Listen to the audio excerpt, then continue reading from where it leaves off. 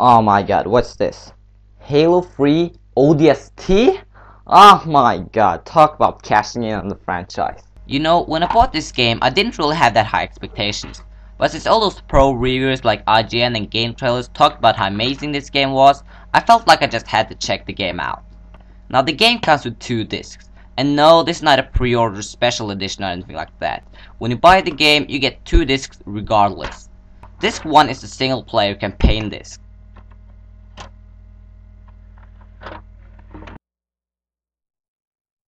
So here we are, the brand new Halo campaign that people have been waiting for. You know, I'm pretty sure this hologram table is borrowed straight from Star Wars. So basically you are taking control of an ODST, which I think stands for Orbital Drop Stormtrooper. Correct me if I'm wrong. You're dropping down into the battlefield in a pod, and then something goes wrong, and this Orbital Drop Stormtrooper named, Wookiee wakes up in this city 6 hours after drop.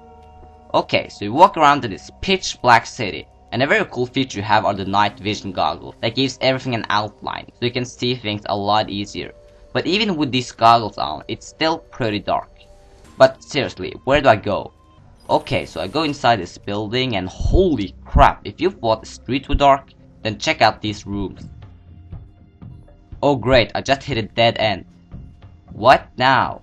Yes, seriously, what now? Oh, I can interact with this object.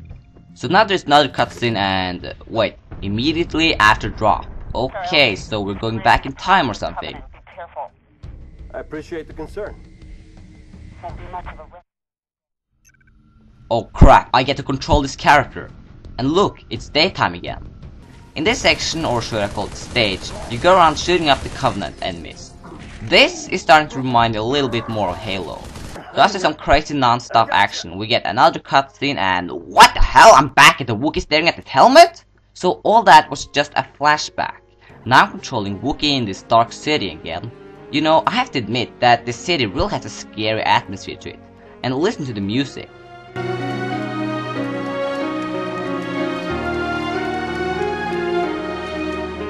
Fits perfectly.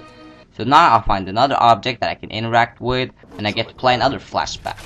You know, it really doesn't make sense. He looks at an object that makes him remember something someone else have experienced.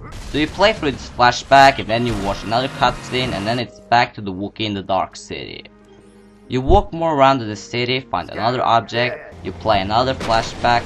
You know, I'm starting to get a pattern in this game. The flashbacks are the main stages.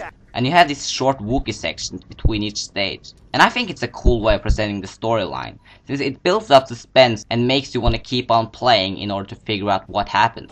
Now, I'm not gonna spoil any more of the campaign, but overall the campaign is great this time around. Even though it's a bit short, it's still the best Halo campaign so far in my opinion. Until Halo Reach comes out. That game is gonna blow away everything we remember from the Halo universe. In other words, it's gonna kick ass. By the way, there's also an invitation to the Halo Rach multiplayer beta in this game, starting somewhere in spring 2010. So that gives you another reason to own this game. Also, if you look over here on the box, it says new hero, new campaign, new multiplayer. What kind of multiplayer are you talking about? You mean disc 2? No, it's on this first disc, a brand new co-op mode called Firefight. Yep, it's time to fight the fire. Okay, sorry, that was a bad joke. In the Firefight mode, you fight against wave after wave of classic enemies, such as the grunts, brutes, jackasses, but there's no sign of the flood. Yes, you heard me, there is no flood in this game. Not even in the campaign, which is good because I really hated the flood in the previous game. But anyways, Firefight. It's a pretty fun mode, and you can play it co-op up to 4 players at the same time. I was kinda disappointed that you can't play co-op with random people, but it's fun with friends. Sadly, none of my friends were online at the time I recorded this, so I can only show you how it is alone.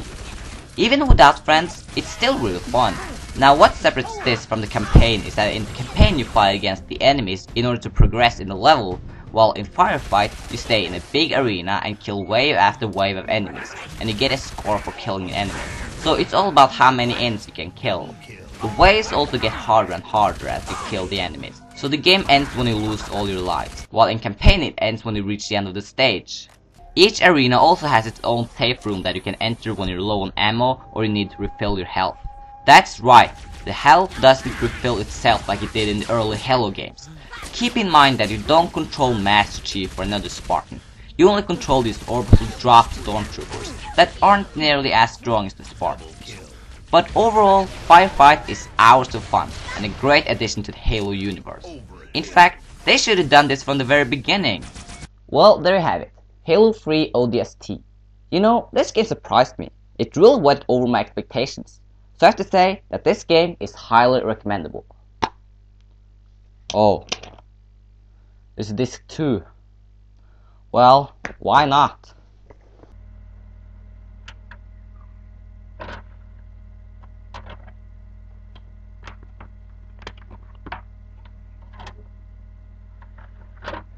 Disc 2 includes the entire Halo 3 multiplayer experience, which means it's basically Halo 3 without the campaign, and it has all the stages plus the downloadable stages all gathered on one disc. Yes, you might call it a bit of a rip-off when I've been paying so much for all these map packs, and now we have to buy them all again. Damn, Microsoft, I want my money back!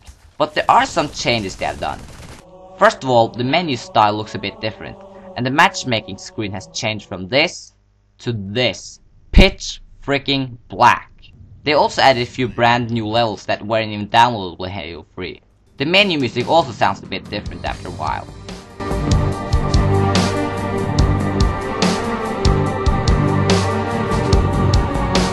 But to me, the biggest change I've done is that the game chooses stages much more randomly.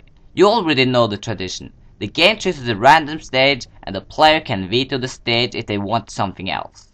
Now, what annoyed me in the first Halo 3 was that the game always chose the same stages again and again, such as Guardian and Snowbound. God damn, I got so sick of playing those levels all the time, and even when I downloaded more stages, the game kept choosing the same boring stages over and over again. This time, the selection is much more random, like, I can't remember ever playing on this stage in the matchmaking. And look at this! Holy crap! Slayer on Sandbox. And this is matchmaking. Unbelievable. For the first time ever, I'm able to play on Sandbox with random pupils. So there you have it.